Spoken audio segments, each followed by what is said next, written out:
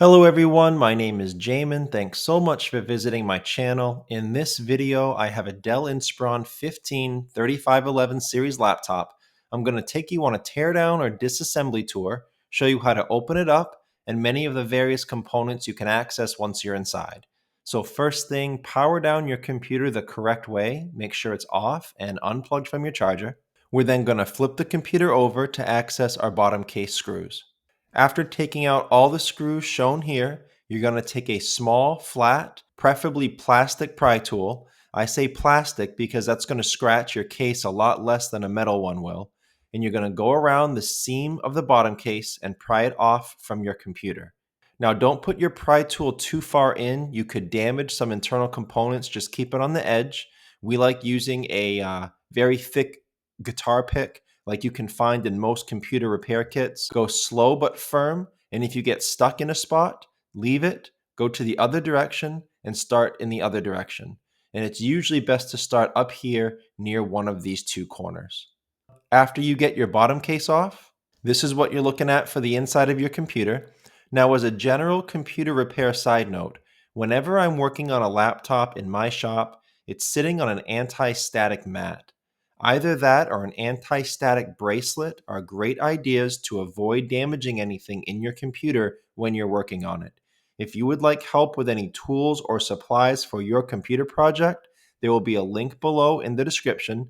It'll be a list of all the tools and supplies that I use in my shop. And also, as we go through this computer to repair various components, I will have another link below in the description. It'll be a list to all the upgrade and replacement parts for this specific model computer. So your battery is right down here, near the right bottom of my screen. You can see the screws by the M2 and the little white triangle or arrow. That shows you a battery screw. So you have one in the corner here, one down here, and one over here. So we have a couple things on this battery. You have your hard drive ribbon cable here. So to be safe, you would unhook this from the motherboard. These type of ribbon cable clips are very fragile. You have the white port, the black clip, and the ribbon cable goes underneath that black clip. That black clip is what secures the ribbon cable down. It opens kind of like a book cover. It opens from the bottom here. The hinges are on the top. So the way you would operate that is you would take a small, very, very flat pry tool, slide it carefully underneath this black clip from the bottom, and then pop that up a little bit, again, like a book cover, so that it releases the ribbon cable.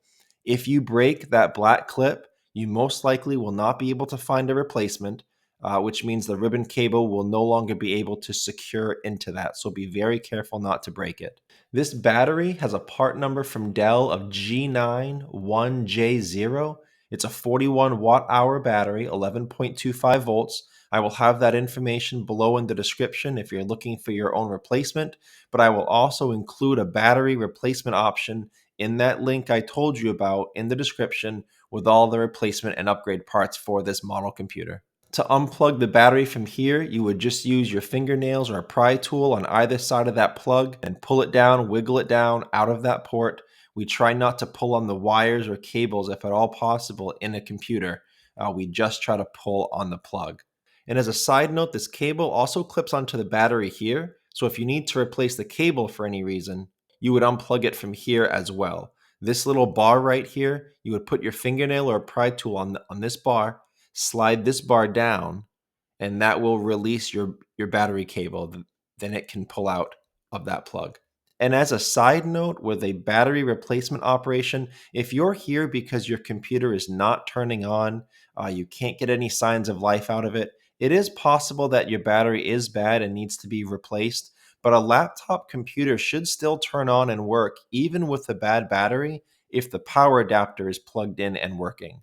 So if your computer's not turning on, there may be something else going on than just a bad battery. I will have a video tutorial link below in the description. It'll show you how to troubleshoot a laptop that's not turning on so you can find the actual cause. As far as storage, this computer has two different storage locations. You have this solid state drive location here. It's an M.2 port. And you have this SATA 2.5-inch hard drive location here. So two different storage locations. As far as this solid state drive port, again, this is an M.2 PCIe NVMe.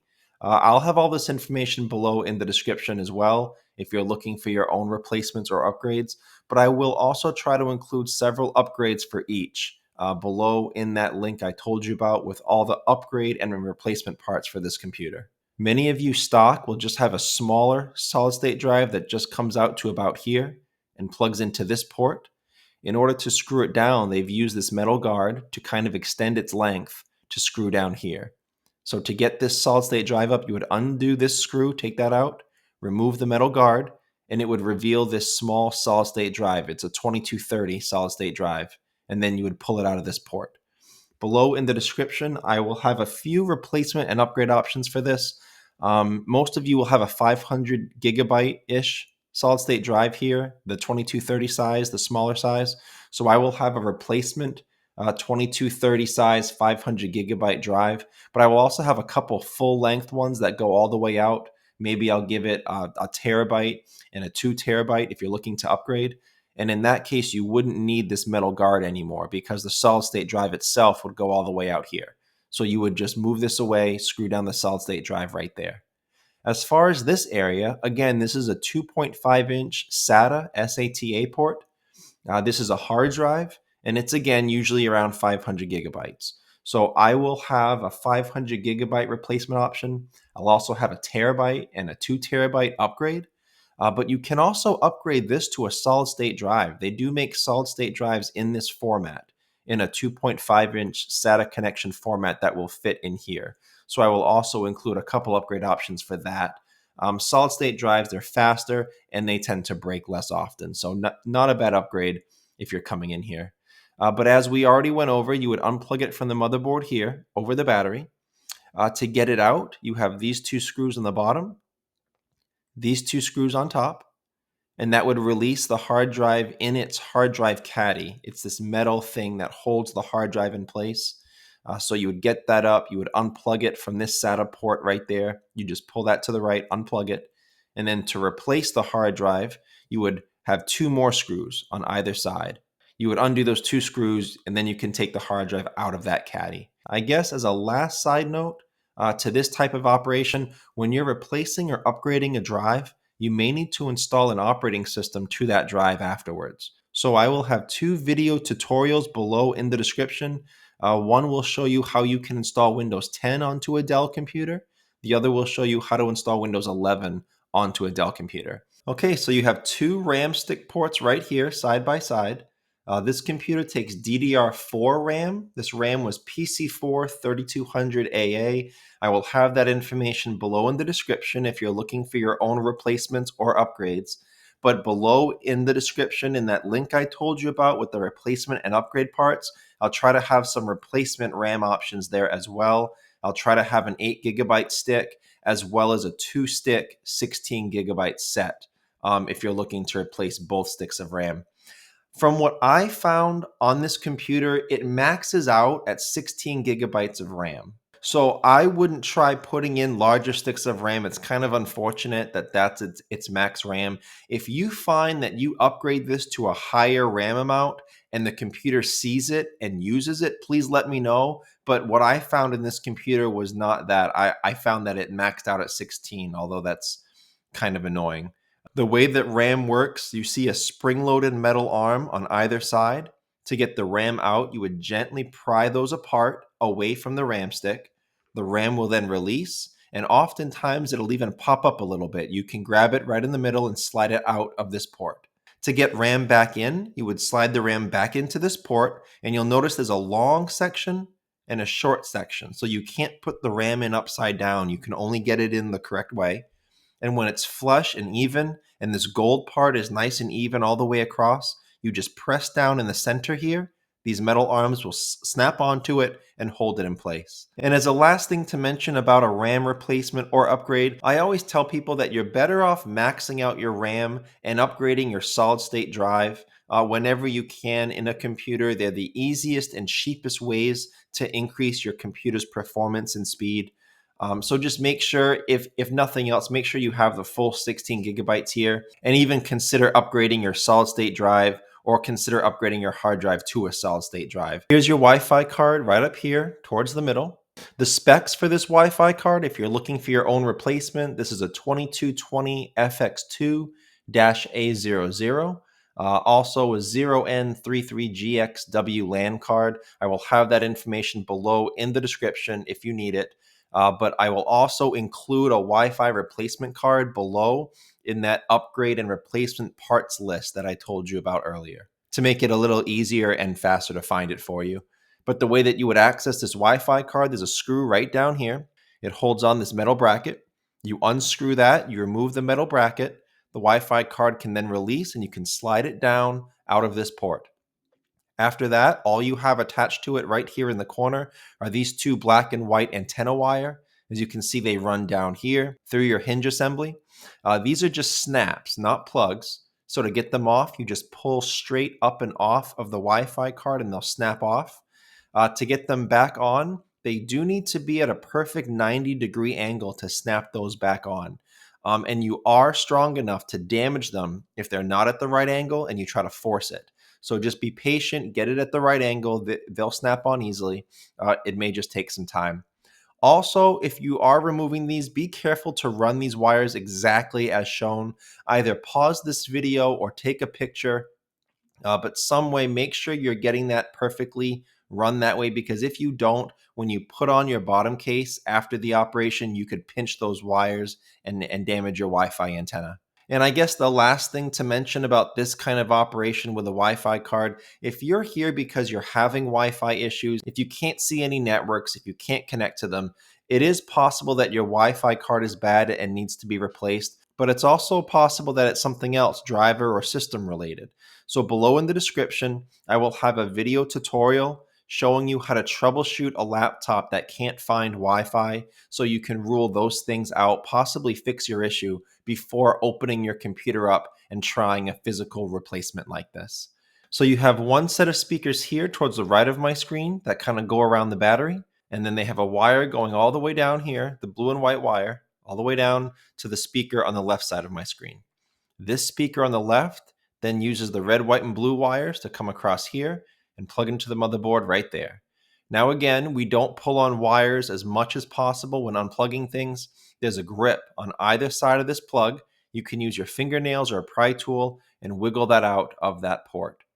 Also, if you notice these wires are threaded just so through this computer, make sure that you either pause this video or take a picture with your phone or something. If you're replacing these speakers, make sure you run the wires exactly as it is here, because if not, when you put your bottom case back on, you could pinch these wires, especially down here, and damage your speakers. I will have a speaker replacement option below in the description in that link I told you about, with all the replacement and upgrade parts for this specific model computer, if you would like that to help you find a replacement. And I guess the last thing to shout out about this operation is that if you are having sound issues, I'm not talking about if your speakers are blown. If they sound like junk every time your bass kicks in, then your speakers are blown. You definitely need to replace them. But if you're having other sound issues where the sound isn't consistent across different software, you can't seem to control it correctly, or sometimes it's off entirely, it may not be a physical speaker issue. You may be looking at a system or a driver issue. Below in the description, I will have a video tutorial link. It'll show you how to troubleshoot if your sound's not working by updating all of your drivers, updating your system, make sure everything's up to date, and rule that out before trying to open your computer and come in here for a complicated physical repair. So your fan is right here towards the left top of the computer. It's held in by a screw here, and it plugs into the motherboard right here. So fan wires are especially fragile. Definitely don't pull on that wire. You can get your fingernails or a pry tool on either side of that plug and wiggle that out of the port right there. To get at your heatsink, you have these 4 screws over your CPU area. You would remove those screws and your heatsink would come up. Now, as a side point, I don't know why you're in here, if you're just replacing a bad fan or if you're in here because of overheating issues, but anytime you remove your heatsink assembly and you expose that thermal paste or that cooling paste to air, you need to reapply it. Once air hits it, it doesn't become as effective and it needs to be cleaned off and reapplied. If you need any help with that kind of operation, there will be a video link tutorial below in the description, also as the end video once this video is done. But it'll be a tutorial in how to clean out an overheating laptop, and it'll show you how to clean off all the old paste. You don't want to put new paste on top of old paste, and it shows you the correct amount of thermal paste to apply. If you apply too much thermal paste, it could have the reverse effect that you want. It could actually lock heat in rather than facilitate its transport out. So definitely check out that video if you need help with that. Thanks again so much for watching. Please remember to like and share if this helped you out, if you think it can help someone else out. And feel free to subscribe if you enjoy DIY computer content like this, or if you just want to keep me on hand to answer any of your future computer questions. I do try to answer all questions throughout my channel at least a couple times a day. Also, feel free to check out the related links section below in the description. From time to time, I do try to add things in there that I think will help you with your general computer life, make it more productive, more enjoyable. So thanks again for watching, everyone. I look forward to seeing you on my next video.